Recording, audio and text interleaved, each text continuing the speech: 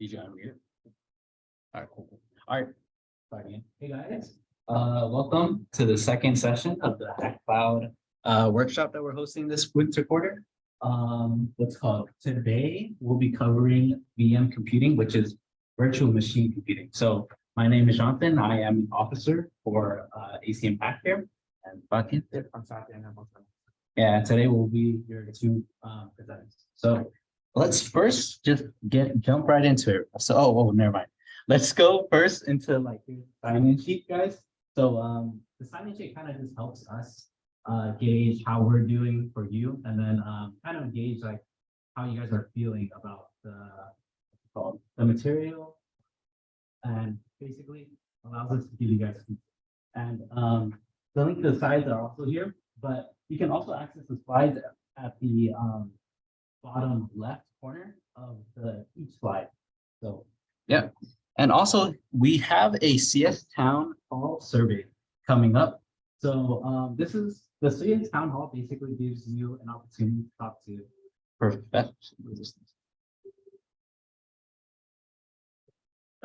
professors and the rest of the business administration, especially the computer science department. So if you guys are interested in just getting to know the administration, getting to know professors, that's probably the biggest opportunity for you guys. And of course, like last time, if you guys weren't here, we will give out free candy for any questions or answers, but well, basically just participation. So if you guys do want to participate or just want candy in general, feel free to say something. And notes on following along. So everything that we're doing is actually basically with AWS, with an AWS web services account. If you guys want to follow along without using one, that's perfectly fine, because everything that we're doing is also on slides. You guys don't have to like follow along like with the demos and everything if you guys don't feel like it. But if you guys do, please just create like a AWS account so you guys can follow along. Anything that you do with our demos and everything is free. So if it does like ask you for a payment plan, like it won't charge you. Cool. So like I said, today our curriculum will be VM computing or virtual machine. And what we'll be doing today, we'll be starting off with kind of just a little bit of background, because I know last week we kind of talked about cloud computing. Well, I just want to talk about a little bit of the types of cloud computing, just because of how it kind of ties into virtual machine. So with no further ado, let's look at our ingredients, right? So the types of cloud computing is service, platform as a service, and infrastructure. So we'll be looking more into infrastructure as a service for this workshop, because it ties more into virtual machine computing. So just kind of ballparking, do you guys kind of how's you guys' understanding about what virtual machines? Do you guys kind of know what virtual machines are? Or like, raise your hand if you guys do. If not, that's perfect. Perfect. Does anybody do you guys understand like the differences between these three? No? Okay, perfect. So in the concept here, we won't go dive deeper into software as a service or platform as a service. Well, we're going to dive more into infrastructure as a service, because that's what's tying into virtual machines. But what's most important to you for this workshop is that the difference between them is basically like the control wise, right? So for software as a service, you won't basically have as much control. And then for platform as a service, you'll have a little bit more control. And then infrastructure as a service, you'll have probably the best control for cloud computing versus on-premises. So on-premises, like basically like servers that you have like on the ground, like whether it be like in your like mom's basement or anything like that, or like like wherever you put your server, that's like on-premises. And then infrastructure as a service is basically your best like cloud computing if you're really trying to build something like we are with AWS, because it allows something like virtual machines, without basically explaining soon. But let's just dive deeper into what infrastructure as a service actually is, right? So infrastructure as a service is basically provides end users with cloud-based alternatives. So on-premises physical, like basically servers, right? So like I said, on-premises physical servers are the best thing you want if you have like the money and the time to actually like build like servers and hardware, right? But if you're really just looking like for something that's reliable and not time taking, I guess, you'll basically be using infrastructure, right? Because it allows like purchasing on like resources on demand, right? Because it allows like, if say you have like a business, you can purchase like these resources of like cloud computing, like the best type of cloud computing for you with like the most control, like on demand, right? So some characteristics is that, like I said, it's super, super flexible and highly scalable, right? Because it allows you, like the user and like the business, like basically the business owner, to create like software construction or software configuration that's tailored to your business, right? So another thing is like it's accessible by multiple users, right? Because like I basically the service cloud service typically offer like businesses typically offer businesses like over the internet, like through like dashboards or like APIs and all of that, right? So it allows like multiple users to kind of like interact with each other whenever they feel like it, right? And then also it's cost effective, right? Because like I said, you're basically going to be paying like for hardware and like different servers and like rent if you're trying to build servers on premises. But this cloud computing type of infrastructure service removes all of those like physical amenities, I would say. So, and then our example would be the cream of the crop, I would say, because this is what's going to give you the virtual machine. And this is what we're going to be using in our demos that Satyan will be providing, which is the Amazon EC2 server. So the EC2 server is the elastic, well, I think I remember. It's in the slide, but it's just remember it's the EC2 server right now. The cream of the crop that we're doing for the demo, right? So does anybody have, what's it called? Does anybody know any advantages or disadvantages of the basically infrastructure as a service? Does anybody kind of want to volunteer?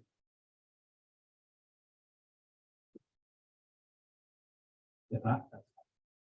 Because so some advantages versus some disadvantages, right? So some advantages is obviously it provides like kind of you guys get to buy what you need whenever you need. You guys don't need to pay extra for like space and everything.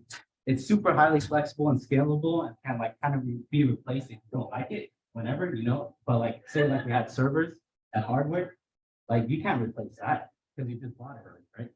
And then you have obviously the most important control over your own infrastructure, right? Because the control is back in your hands versus having like a third party for like a software as a service, like take control, right?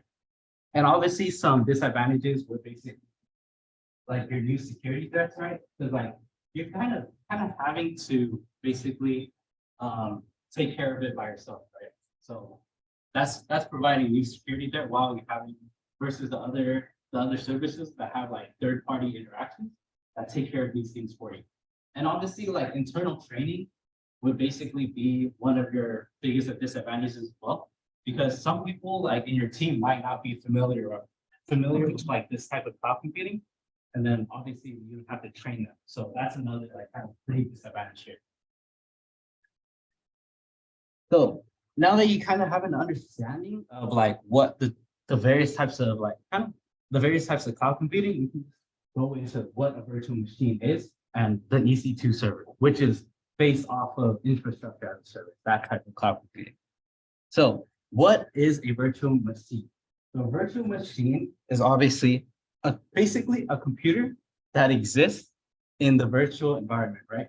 So it's kind of like a software demonstration and development that simulates like an operating system, or and it's like basically an application. So like virtual machines create like software simulations.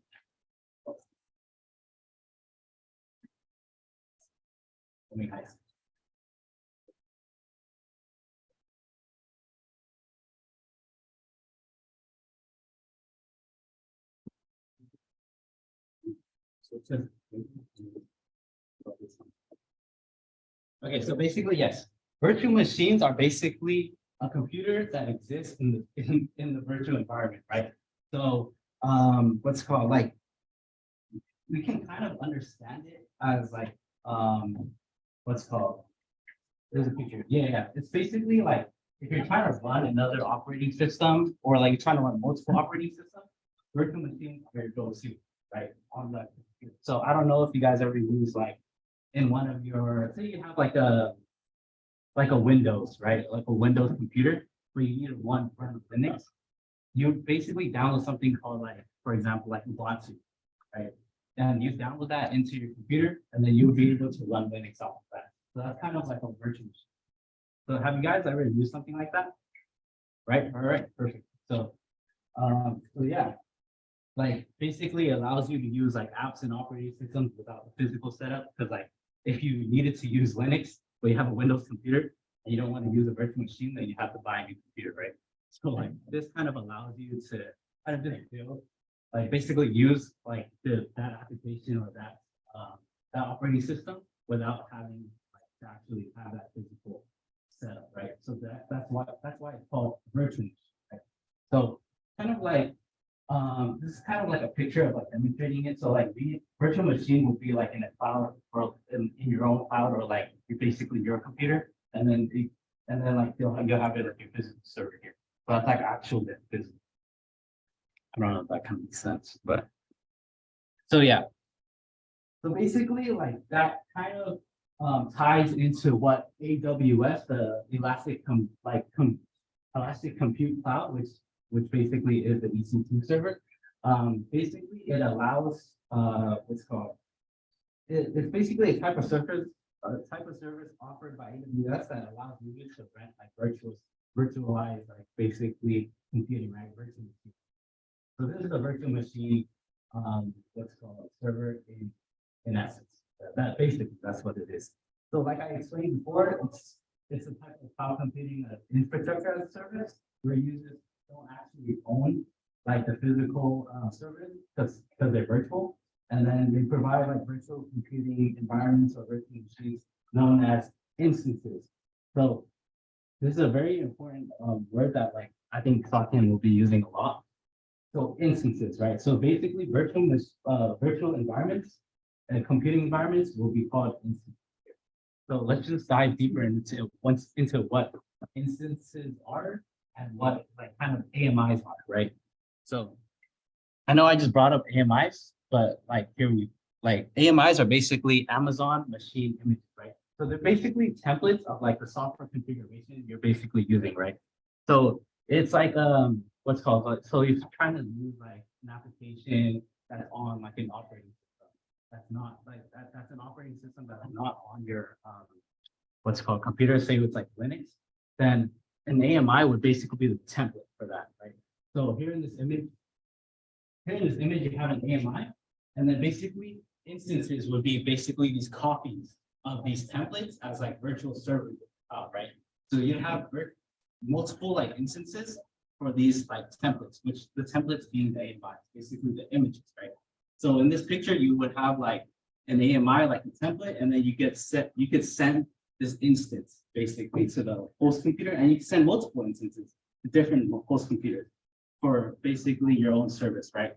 So there's various like instance types for user needs, whether, like I said, you're trying to run Linux and then you're trying to run like another application that's based on Linux, like that would be one type of like template, which would be an AMI, right? Or you'd have like Windows and you're trying to run an application on that's specifically for Windows, so that would be another type of template, right?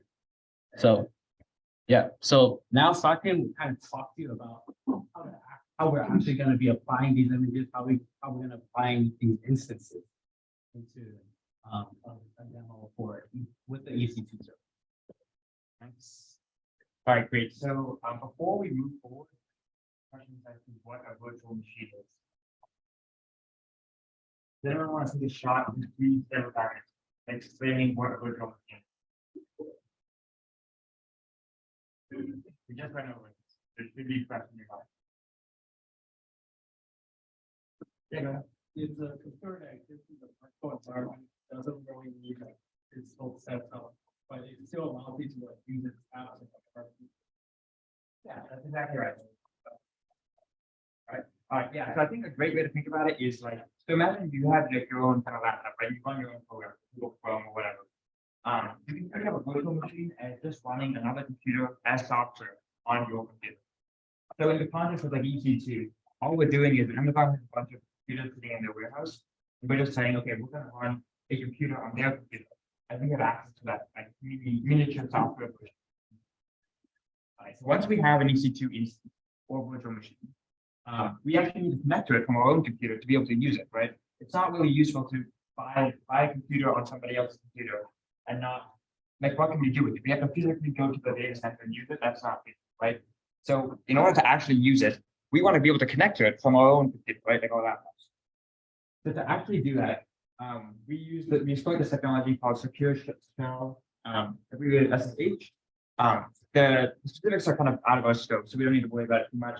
But all it really allows us to do is create a connection between our computer and a separate computer or virtual machine using like a cryptographic key, which is essentially just a password. So the key here on my end is that we are when we send our messages, we just kind of encrypt them so that if somebody is listening in, they can't understand what we're saying, and then the server will decrypt them and then do whatever we're asked. So if we want a virtual machine to open up Google Chrome or something, all we need to do is say, okay, like open Google Chrome, and then encrypt it so nobody can understand, and then decrypt it to like the actions, whatever, like functions, calls, or whatever we need to do, and then it'll do it on the quick. Any questions on like theory behind connecting? Okay, great. So now we're gonna just jump into our demo. Try to get a little hands-on experience here. So we're going to be before we actually do it, let's just summarize what we're going to be doing here. So we're going to be trying to create a basic web server. So does anyone know what a web server is? Try to think about the words there. There's two words. So yeah, it is kind of like most of you probably have like a notion of what a server is, but like, it's never really explicitly defined. So generally, what a web server is all it's doing is just like putting some files on a server, and then if anyone accesses the server, they can download this. So not too tricky. So we're going to be using Apache, which is like a very common lightweight web server. It's very old too, so it has a lot of security flaws, but for us, security is an issue here. And all we're going to be doing is creating a little food blog. Our food blog is just going to have one sentence on it, no images or anything. We're going to keep it simple. Yeah, we're going to be doing that, and then I will talk about this bullet point after we. Okay. So, any questions on like the general idea behind what we're going to do? Okay, great. So we're going to switch back over to Amazon the console like we did last time. And then we are going to click on either services, or we can click EC2 here. I'm just going to click services and find it. So EC2, because it's like a virtual machine kind of service, it would be under compute. So we want to click on compute and then click on EC2 in this kind of right section. And then after we do that, we want to go ahead and provision an EC2 instance. So to do that, as you could probably guess, we want to click instances, right? Because that's what we're creating. And then that will take us to our instance panel here. As you can see, I already have there's something there, right? So don't worry about that too much. That's for a little bit later on. But what we're going to need to do is click this button that says launch instances. And then this will allow us to configure our instance as we're creating. So just like last time when we were creating buckets, we have to give our instance a name. This name does not have to be globally unique though. So we can just go with HackCloud 1. And then if we scroll down a bit, we can see the section that concerns AMIs. So if we scroll through these, hopefully this might give you a better idea as to what an AMI actually is. All it is just like the fundamental template for that kind of software version of a computer we want to run.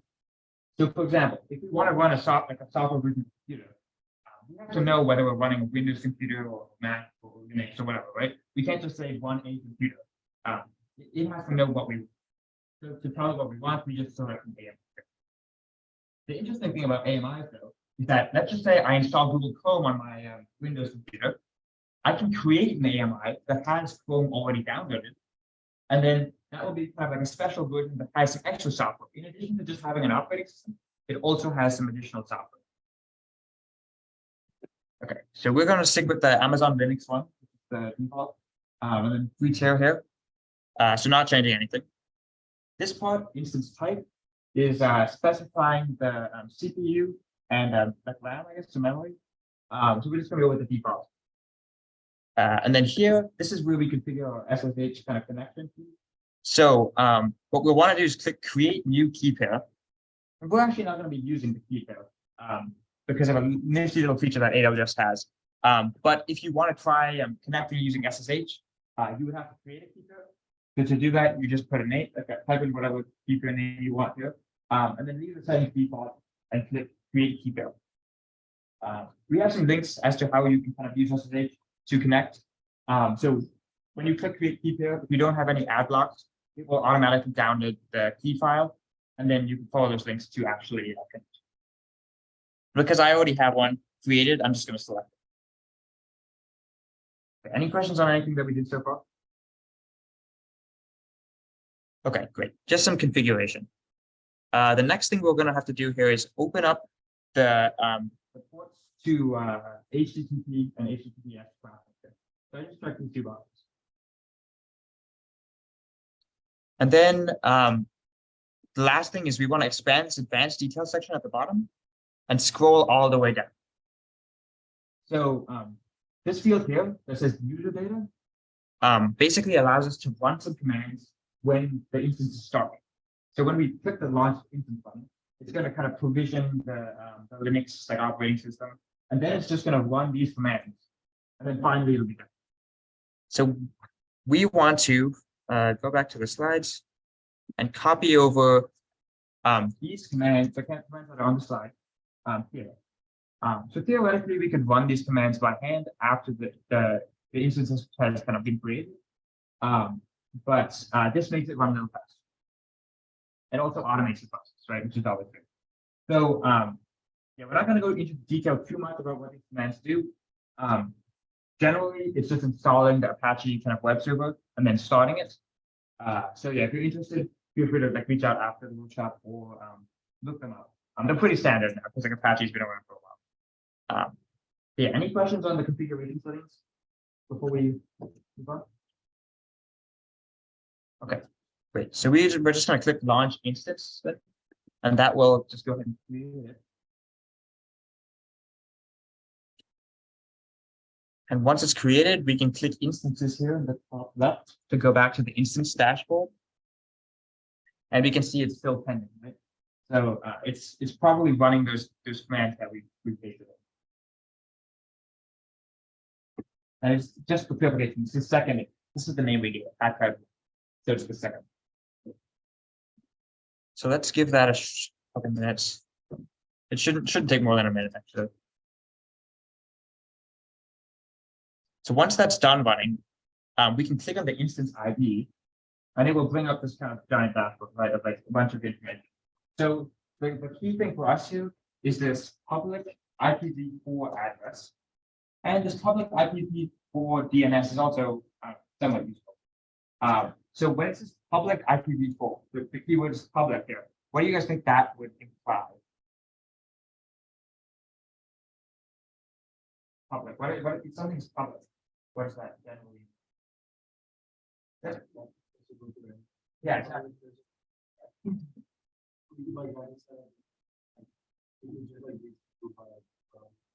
Yeah, that's pretty close to being right. Yeah. So this public IPv4 address is basically the address of the server such that anybody can access. So the key, I'll get into where the key comes in a second.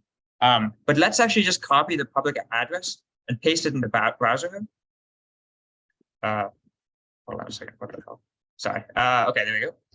And then paste it in. And we can see it's giving us an it works message. So this is kind of the default message that I can display after you configure the Apache server. So that means that we are actually accessing our web server. But we didn't use any key on it, right? We're just using a public address. So like what is going on? Well, the reason like there's a distinction between needing a key and getting access and just having access more. So if you have the key, you can go into the server and configure details. So you can change what the message says. You can do things like that. But if you don't have the key, you can still view what's on the server. You just can't change it. Right? So I can't go and change the key unless I physically connect to the machine. And that's where the key comes from. Okay, any questions on that? Okay, so now let's quickly go ahead and change this default message to something a little bit more appropriate. To do that, we want to click that connect button in the top right. And that will take us to this page here that gives us a couple different connection options.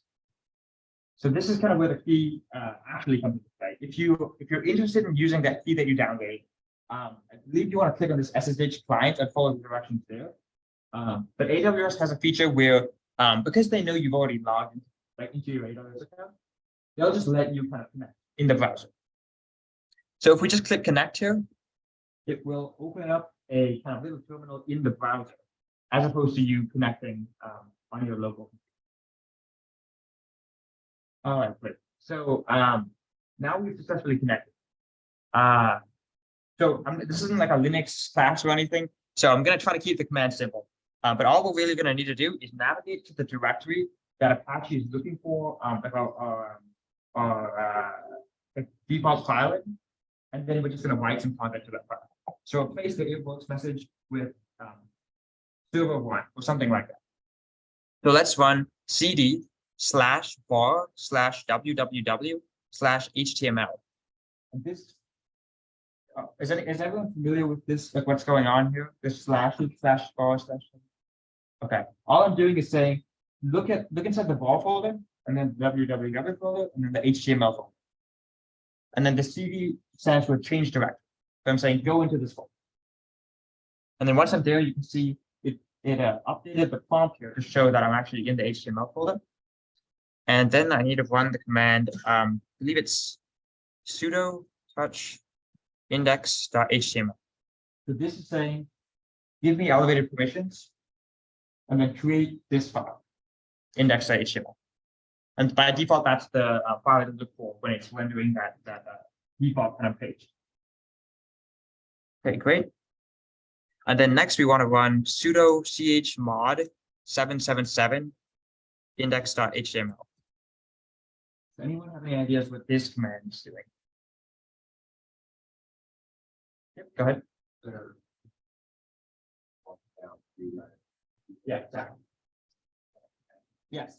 So we're just saying that when we create this file, we create it with the most basic of permissions, meaning even though we created it, we can't write stuff to it, which is, in my opinion, is a little weird. But I guess I understand the reasoning. So this next line here is just saying, let's change the permissions to 777, which is just all permissions. So in practice, you probably want to be a little bit more careful about the permissions you're applying, change these numbers to something else. But for our demo, we can keep it as full. Okay, great. So now we have the ability to write. So the last thing we want to do here is sudo echo. Let me just write it out first. Hold on.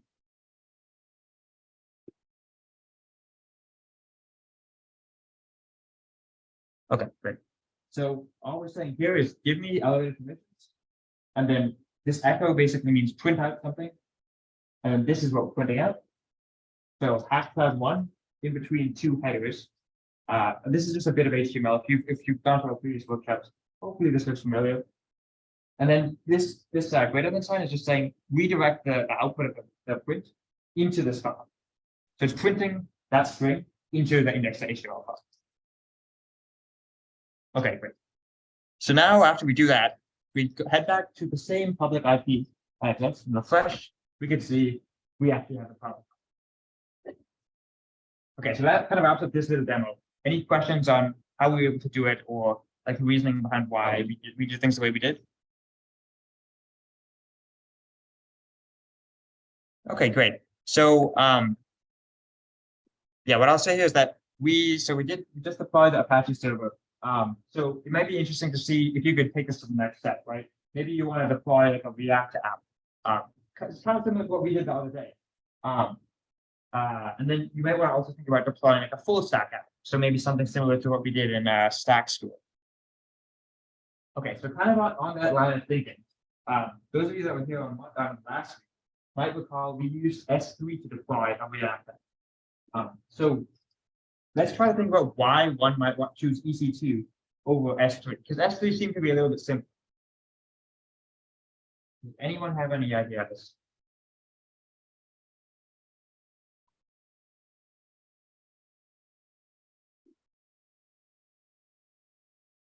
I have a little hint here at the top. So does anyone know what a static site is? What is that? What does the word static imply?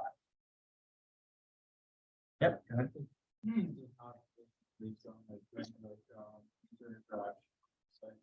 Yeah, exactly. So a static site basically means I'm going to upload my files and then they're not going to change. If you look at the hack website, for example, the ACM hack website, you'll notice there's no feature to log in or anything. It's just like some information that's in. So that's a static site. It's a site that has information that's fixed, and then if someone wants to go change it, they can change it, re-upload it. But it's not going to change based on the user's interaction. If I access it or my friend accesses it, we're going to have the same experience.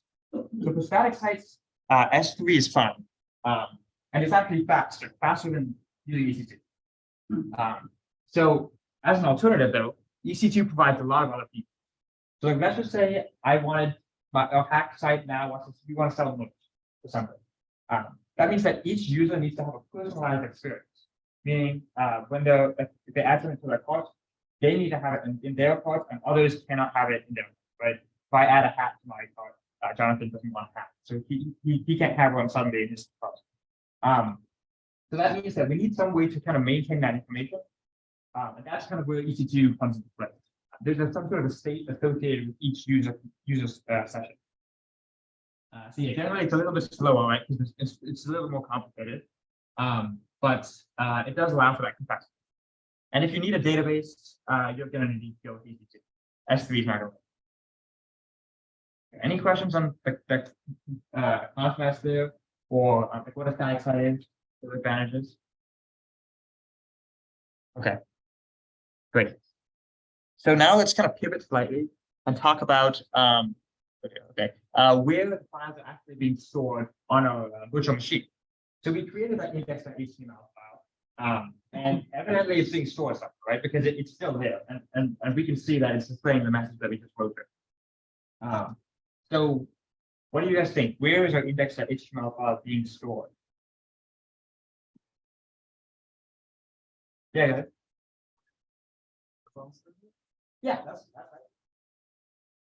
Good. Oh shit, sorry.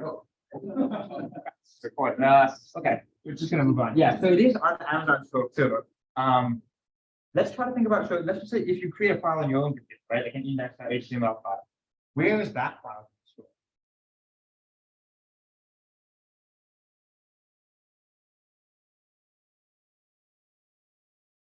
Has anyone taken CS33? Okay, if you've taken CS33, you should know. If you create a file on your own computer, generally it's going to be stored on your disk. So that kind of gets to the notion of elastic block storage. And I'll explain what a disk is in a second. We're actually going to use a little example to kind of motivate why this is important. Right. So most of you probably have heard the term RAM before, or maybe heard the term disk. So let's just go through this example and then I'll kind of explain. So let's just say the ingredient is getting tired or whatever. So when he's cooking, he leaves all of his ingredients out in the kitchen at night. So the next, like when he kind of comes back, or before he comes back in the morning, what's going to happen is the rats are all going to come and eat him, and they're going to be happy. But when Linguini comes back in the morning, obviously he's not going to be happy. All of his ingredients were lost, right, overnight. So the key takeaway here is that you can like temporarily store things that you need in like a fast place to access them. The kitchen in this case, right? Linguini could put his ingredients in the kitchen when he needs them, but he can't expect to leave them there forever, because if he does, they're gonna go bad, or rats are gonna eat them, or whatever. So that notion of a kitchen is similar to the notion of RAM in your computer. You have like a small kind of subset of your memory, or I guess it's your full memory, but it's like a small kind of storage device that's relatively fast. that allows you to kind of store your files as you're editing. But when you turn your computer off, everything in RAM is lost. So yeah, the takeaway here is that instead of storing things in the RAM for permanent storage, we're going to store them on your disk, which is a much larger storage device, but it's slow. So this is akin to the notion of a kitchen, right? Or a fridge, sorry.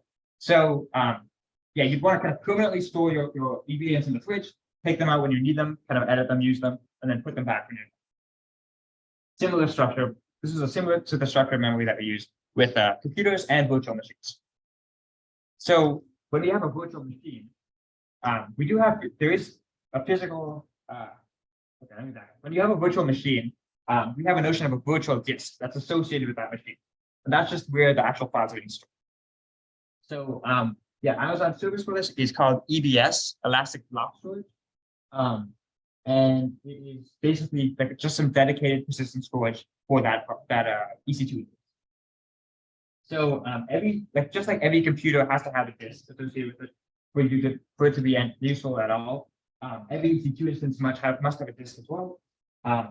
So the reason I have an asterisk here is because technically it doesn't have to be an EBS volume or an EBS disk.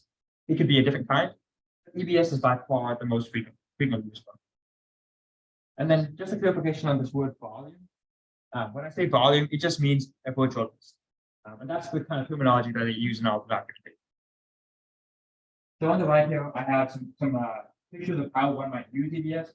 At the bottom, you can have one instance connected to multiple disks. Just like, if you have a USB, you can plug it into your laptop. And then now you technically have two independent storage devices. You have the one built into your laptop, and you have an external one. And then at the top, we have a notion of having multiple instances connected to a single EBS volume. This is a relatively new thing. And I guess it doesn't really have the greatest of analogs with like a physical setting. But this just allows you to share information between multiple independently working computers. Okay, any questions on what EBS is or disk storage? Okay, great. So we will move forward then. So to create an EBS volume, there are actually two ways. One of them is to use, basically create it when you're creating an EC2 instance. And this is what we did when we did our demo. I didn't even talk about it. We just kind of glanced at it. The other way is just to create the volume directly. Just like we created an instance, we can create a volume. And then just connect it to an EC2 instance. And this can actually be done when the EC2 instance is running or when it's asleep. So just like you can plug in a USB when your computer's on, you don't have to turn it off and then plug it in. You can do that. The same thing with an EC2 instance. Okay, and then a little bit more specific here. So when you're actually connecting an EC2 EBS volume to an EC2 instance, that's just called mounting. And the way it works is that if it's somewhere in like a folder structure, there'll be a new folder that contains your entire volume. So for example, most often it's under this dev folder, which is it's on the highest level. And then there'll be another folder here that just maps to the entire volume. And generally the root volume, which is to say the default one, will have this folder name or that. Not actually sure why. But yeah, to navigate to the volume and store things on it, all you need to do is navigate to that. Not too tricky. Any questions on mounting an EBS volume? Okay, so we are going to kind of move through this demo then. So let's head back to the EC2 console and then click on EC2 at the top. And then now we want to click on volumes. Okay, it looks like I need to clean some of this up a little bit. But basically, if we click create volume at the top right, it'll let us create a new volume. And then we want to change this size here. We don't want it to be 100 gigabytes. We want to lower it down to something that, because this is just a demo, right? Let's just stick with one. Okay, and then we're going to skip past some of this other kind of information here. And all we need to do is actually just scroll down to the bottom and click create volume. So we just basically told it what size we want and we just create it. And then it should be the bottom one here. Yes. And what we can actually notice is that this one here, if you take a look, was created today, and just recently. So this one is the one that's already attached to the volume that we just created. sorry, the EC2 instance we just created. So when we just kind of created that Apache web server, it automatically created this third one. So I guess the final thing here is that we can attach our volume to our EC2 instance. We can just do that by clicking this checkbox, going over to actions. Maybe refreshing first. Yeah, there we go. Okay. And then clicking on attach volume. And then we just select the EC2 instance we want. So we're going to go with the HackCloud 1. And then this is where it tells us the mounting. So we'll just leave it as the default. And then we can attach it. All right, great. And then now we should, yeah, go ahead. You have a question? I don't see the create volume. In the top right, you can see it. It only says volume. Okay. So what you want to do is on the right here, scroll down to Elastic Block Store and click on volumes. Yeah, I think you'll show on the instance page. Okay. Yeah, no worries. Okay. So we're pressing up against the clock here, but does anyone have any questions on what EBS is or how we would make that volume other than that?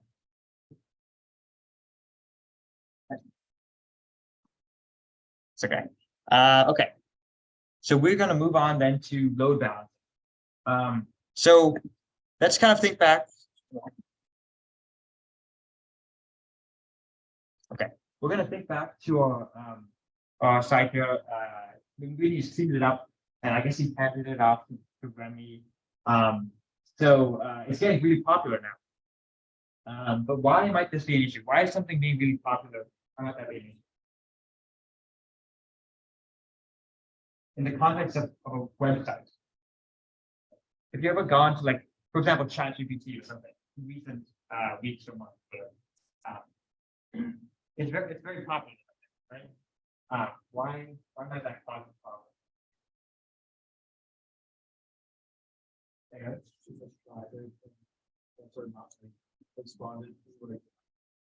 Yes, that's exactly right. The requests are lost because there's too much traffic. Okay, great. So to kind of understand how we solve this, let's kind of think about another example. So we're going to think about a time where you've maybe gone to a restaurant, right? Or if you've worked at a restaurant. Try to think about what the first thing that happens when a customer walks in is. Okay, and this is very low hanging. Somebody answer. What's the first thing that happens when you walk into a restaurant? Yes, exactly. And then what happens after that? So you talk to them, sure. What happens after? Okay. And then what happens after that? They sorry. Yes, they take you to a table. Is what I'm looking for. And they take you to a specific table. So they don't generally they won't let you just be like, okay, you can go and say whatever you want, especially if the restaurant is crowded. So why do they do it this way? Does anyone have any ideas? Why do they guide you to the table as opposed to letting you sit over here? Yep, go ahead.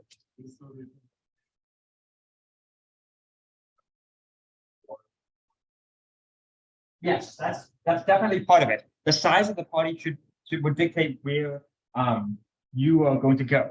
And that kind of lends itself to this idea of load balance. So the idea is they have a fixed number of servers, maybe like 3 servers, right? And then each server is going to take a third of the rest. So that means that we don't want to have all of the customers in one of those sections, right? We want to split them across the 3 different sections. So each server is doing relatively the same amount of work. But the notion is similar with I guess, the servers as well, but in a different context. We have 3 kind of independent web servers that are all identical. And then our goal is that when we have like hundreds of thousands of requests, we can split them among those kind of servers so that each of them is only taking a third of the workload. And then they can manage with that third, as opposed to the full work. Okay. And this is known as horizontal scaling. The idea that this is the notion of basically creating like duplicates of our resources so that we can just split the workload out, as opposed to vertical scaling, which is just saying we're going to have one server just make it massive.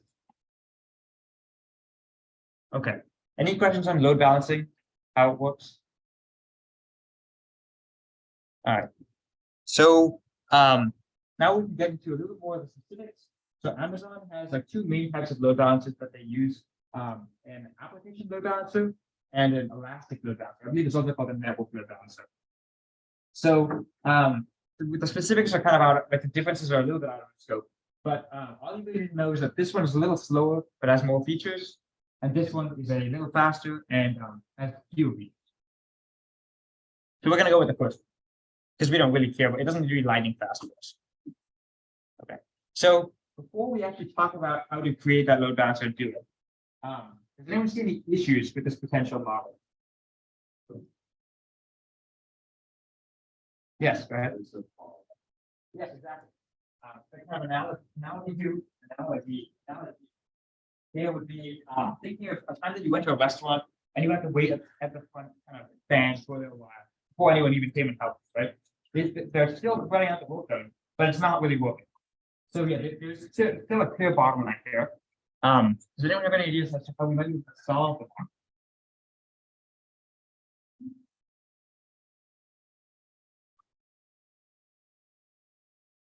Yeah, it's a bit of a tricky question. It doesn't really have a great answer.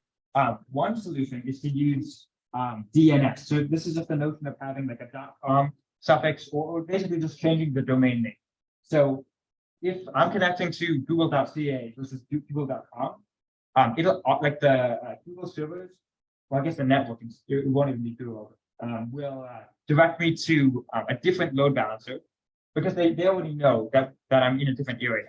So there's no point in routing me to the US if I'm connecting with a .ca center. Another way that I've seen or heard about, I guess, is that apparently people use load balancers for other load balancers, but in all honesty, I don't fully understand how that works. And then another way to kind of minimize the bottleneck is to just make sure that when it's at the load balancer, it's not there for a long time. Right. So if we can cut that time really short, then the load balancer can serve more requests and the bottleneck is essentially minimized. Okay. So last thing here before we get into the demo for the load balancer, there's a couple kind of terms that you need to know that we're going to kind of have to work with. So I believe we mentioned this last time very briefly, but we have a notion of a VPC. So this is just a like a full kind of network within one country in AWS. So it just stands for Virtual Private Cloud. And yeah, like I said, it just kind of is a network within the entirety of the US that contains all your services.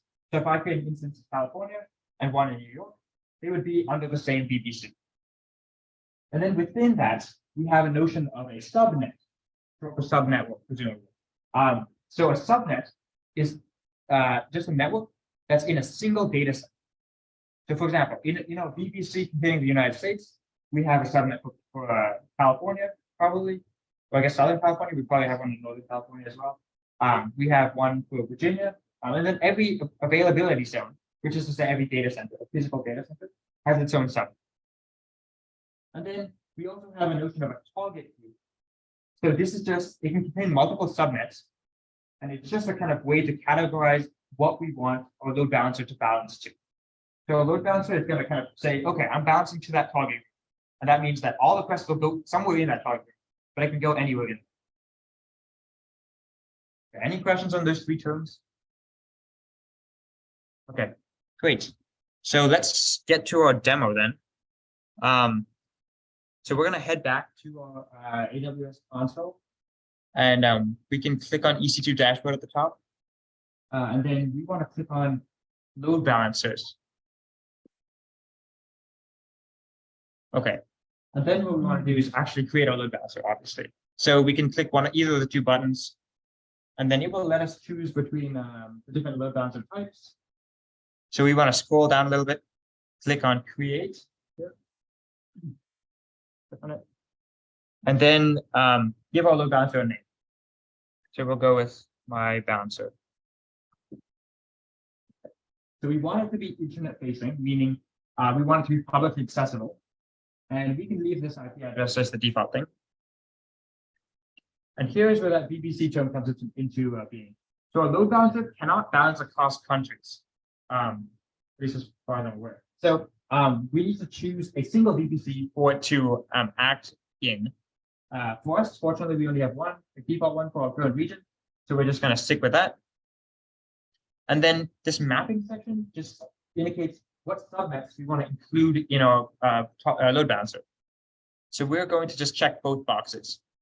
What we can actually do before this is I'm just going to quickly open EC2 in another tab and click on instances. And the reason I'm doing this is because we can see what the availability zone of our two instances here. So since both of our instances are in US West 1A, back at our load balancer page, we actually only need to include this top subnet, right? Because we don't need to include anything in the second data center that's also in California. We only need one of them. But for just for completeness, we'll include both. And then we can scroll down past the security groups. We're going to have to come back to that. And then, yes, here we go. So this part here, listeners and routing, is where we actually say, this is the target of our balancer that we want. So we have to select a target. We have to say, hey, route to these two instances that we have. So to do that, we're going to click Create Target Group. And it's going to open another tab. And this will allow us to choose our two instances that we've created, our two servers, so that we can balance between them. So we know we want to balance between instances, so we leave that. We give our target group a name, so target group.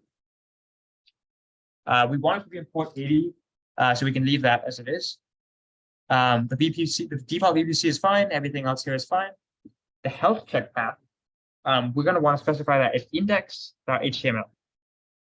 So what this health check path does is it says, before I route to this instance, let me check if it's actually working, right? Because we don't want to send requests there. So to check if it's working, it's saying, go to this index.html, this is the file that we created, and just make sure that it exists. And it renders file. So this is just going to allow it to actually go to that. And then we just click next.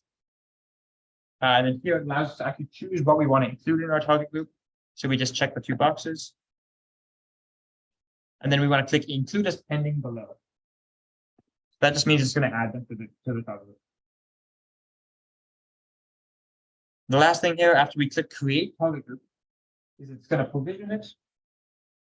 So if we click on target group, we can see this will show up, like it'll show up, presumably it'll show up two healthy instances. But if one of them is broken, it'll tell us 1 here or 2 here. It's still kind of sorting out the details, so it doesn't show anything up here. It does not display anything here yet. But we're going to head back to the load balancers page and actually select that target. So to do that, we just click the refresh icon because we just created it, and then click target, which is the name we just. Okay, the last thing here is just to actually create it. So before I do, any questions on this process of configuring the load balancer? Okay, so I will quickly wrap this up. So we just created it. So we want to go back to the My Balancers page, and then click on the load balancer, scroll down to security, click security, scroll down, click on the security group. And basically all we're doing here is we're just saying allow access into our load balancer, because by default, for some reason, it doesn't let you do that. So we just click edit inbound rules. And then we want to add this bottom rule here. And then the last thing would be to actually open up the DNS. So that once you do that, it should work. Take a look at the slides. Everything is there. Awesome. All right, we're going to head outside now. So if you have any questions to ask.